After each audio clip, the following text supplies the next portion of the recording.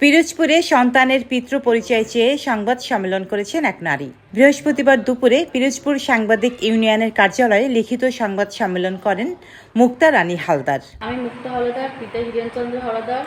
বক্তব্যে তিনি বলেন, পিরোজপুর সদরের বাসিন্দা দিলীপ কুমার সরবনের সঙ্গে 2021 সালে হিন্দু রীতি অনুসারে পারিবারিকভাবে বিয়ে হয়। আমাদের দাম্পত্য জীবনে একটি ছেলে সন্তান জন্মগ্রহণ করে, যার নাম দীপ্র সরবন। আমার ছেলের বয়স 2 বছর হলেও এখনো পিতার পরিচয় দিতে পারিনি। সন্তান গর্ভে আসার পর থেকে আমাকে শারীরিক ও মানসিকভাবে নির্যাতন করা হতো। এমনকি আমার কাছ থেকে সাদা স্ট্যাম্পে সই নিয়ে বিভিন্নভাবে ব্ল্যাকমেল করে টাকা দাবি করেন। এছাড়া আমার পাসপোর্ট আটকে রাখা হয়েছে। আমার বাচ্চা অস্বীকার করছে। এখন আমি সেই এসপি অফিসে গেছি, সেখান থেকে এসপি স্যার বলছে যে মামলা করতে। আমি মামলা বসাইছি। এখন আমি যেখানেই যাই সেখানেই সে একটা না একটা অভিযোগ দিয়ে সেখান থেকে মেনটেন করে চলে আসে। আমার এই সন্তানের স্বীকৃতির জন্য আমার ধারে ধারে যেতে হচ্ছে।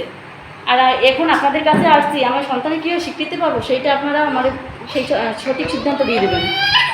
অভিযুক্ত দিলীপ কুমার সরবন জানান, 34 মাস আগে মুক্তা হালদারের সঙ্গে আমার ছাড়াছাড়ি হয়ে গেছে।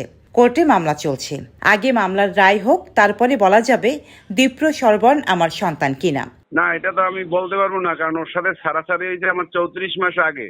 ওটা তো মামলা করছে কোর্টে মামলা করার পর এটা তো আপনার কোর্টে ফয়সালা হবে, কোর্ট দিয়ে ডিএনএ টেস্ট হবে, তারপরে এটা ফয়সালা হবে।